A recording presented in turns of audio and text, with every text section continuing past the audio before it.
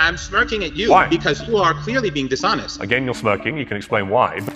Of course I'm smirking. It's funny the way in which you always frame things. People are not intimidated by you. That's the problem. You can intimidate some of your own people, but you can't intimidate us. I don't want to intimidate anybody. I want to get to the... I want to find out. I'm just fascinated. Okay, so don't be silly.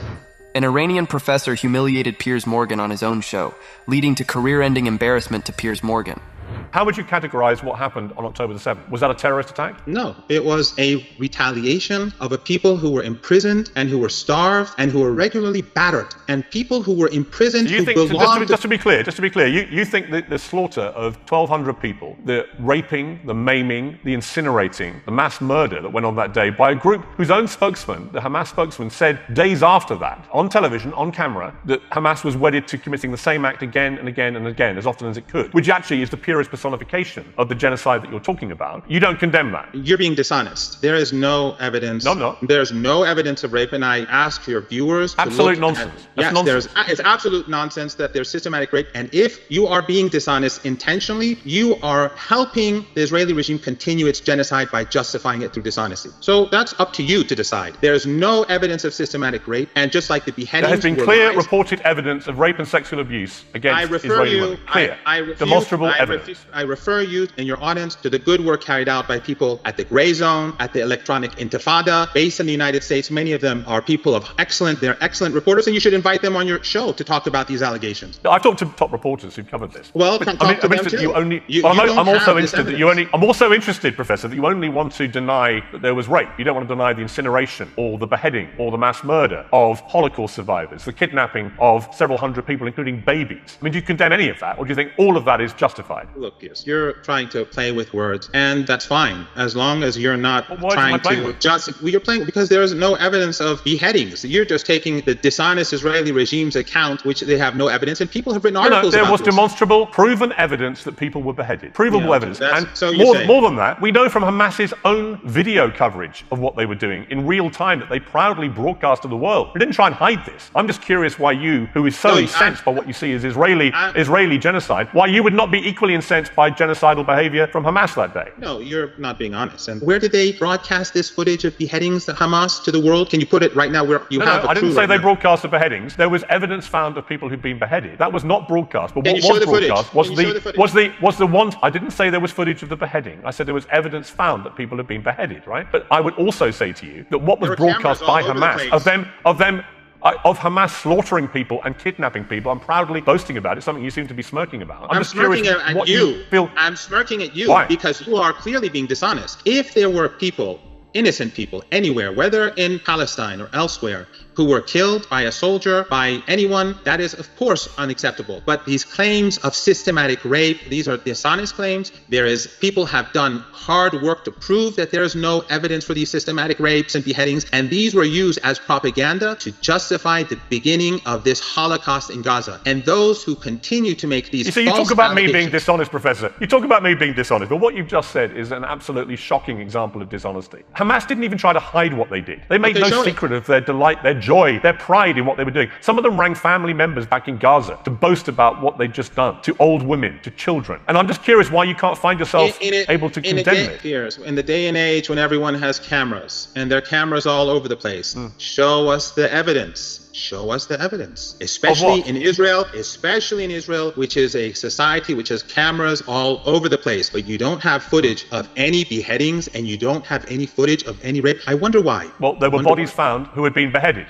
That is a fact. Show them all these bodies that have been beheaded. Show them on your show.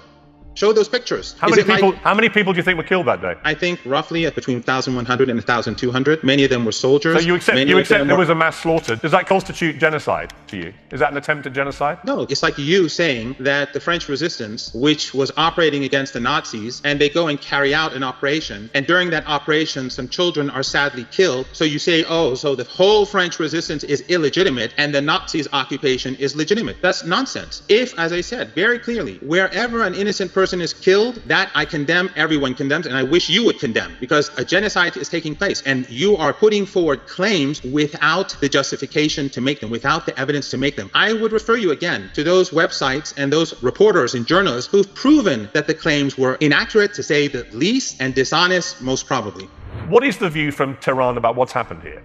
The view from Tehran is quite clear. You know quite well, I know quite well, your viewers know quite well, that the Israeli regime is carrying out genocide. And this stems from ethno-supremacist ideology. It stems from apartheid, and this is unacceptable. And the people who lived on that land, they have been expelled. The people in Gaza, they live in a concentration camp, now a death camp. And the West has brought about this situation. Whatever crimes that they've committed against Jews and Gypsies and Slavs, they have to pay for it themselves. They can't take it out on the Palestinian people. So the Iranians, along with almost everyone else in the world, except for some people in your part of the world, believe that the apartheid regime has to come to an end. And by coming to an end, it means that all people of that land have to be able to live as equal human beings. I know that sounds very crazy, but ethno-supremacy isn't a good thing. But the position of the Iranian regime is that Israel shouldn't exist, right? Well, the position of the British regime is that Israel as an apartheid state should continue to exist. The position of the American regime is that Israel is... If you could, look, that wasn't the question I asked you, but is the position of Iran's regime... I'm answering. But what is the answer to that question? I'm getting there. The position of the American regime is that apartheid should continue. Iran's position on South Africa had the same gap. There was the same gap back then when the British and Americans supported apartheid in South Africa and racial supremacism in the South African region, Zimbabwe today and so on. Back then, Iran was supporting indigenous population. Back then, Iran supported the ANC. Back then, Iran supported the military wing of the ANC and Nelson Mandela. But we're not talking about South Africa. I'm talking about what is Iran's regime's current position in relation to Israel. The Iranians believe that Israel does not have moral legitimacy as an apartheid regime. And the only way that it can gain legitimacy is that if apartheid is cast aside, if ethno-supremacism is cast aside, if racial and religious discrimination in the sense that Muslims and Christians are lesser human beings and they don't have any right to the land that they've been on for hundreds of years, that should be set aside. People who have been expelled have the right of return. It's not very complicated. It's not, as you say, rocket science. Iran has had a vested interest in supporting terror against Israel for a very long time. No, I think the regimes that have a vested interest in supporting terrorism are the ones who are giving the Israeli regime the weapons to carry out genocide. And the genocide began long before October the 7th. And the Gaza Strip was a concentration camp long before October the 7th. You know as well as I that October the 7th didn't occur in a vacuum. And the terrorism has been carried out regularly by the Israeli regime on the Palestinians of the Gaza Strip for decades. It regularly bombed them and killed them. And it's not just the Gaza Strip. I think roughly 400 Palestinians have been murdered in the West Bank over the past 6 months. These are regular occurrences, but it doesn't register in the West because, again, the Israelis are European. It's a European colony. They have priorities over the brown people of the land. But it is a fact that Palestinian children, according to the statements made by senior Israeli officials, Palestinian women, according to members of the Knesset, they are lesser people. If you look at the South African complaint, they clearly point out the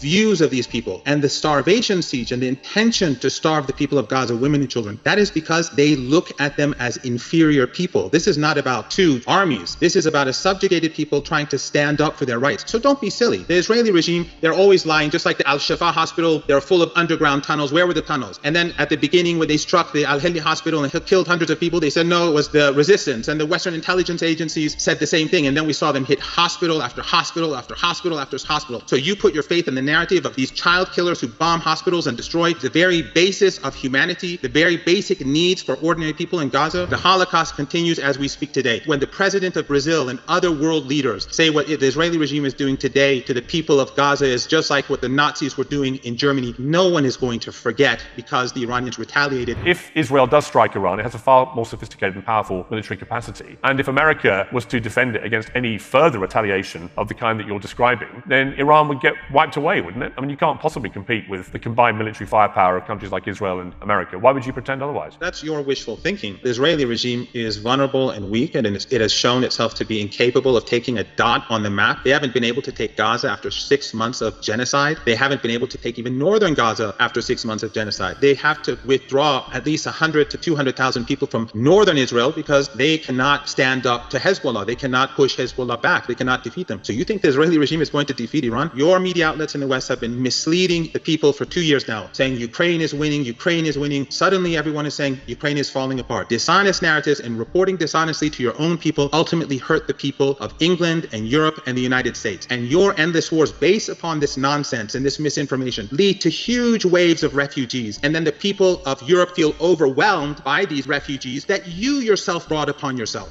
When the West continues to support the atrocities carried out by the Israelis, when the West openly supports an ethno-supremacist regime, and when the West supports genocide, the public across the region is turning not only against the Israeli regime, but against the West. A few families who are ruling over countries are not public opinion. And ultimately, by pursuing this, they are creating a rage that they cannot stop in future. And just one final point on a personal note. I experienced what the West does to the non-Western world. When your governments were supporting Saddam Hussein, when your governments were arming him in the 1980s, before you turned against him, your governments gave him chemical weapons. I survived 2 of those chemical weapons attacks. I survived both mustard gas and I survived nerve agents that were provided by Western governments to Saddam Hussein. And many people did not survive. The intentions of Western regimes are not benign. Your governments have done nothing but ruin and destruction for our part of the world and for much of the rest of the world. And now, because of the mess that you've created across the board, you're now ruining the lives of your own people.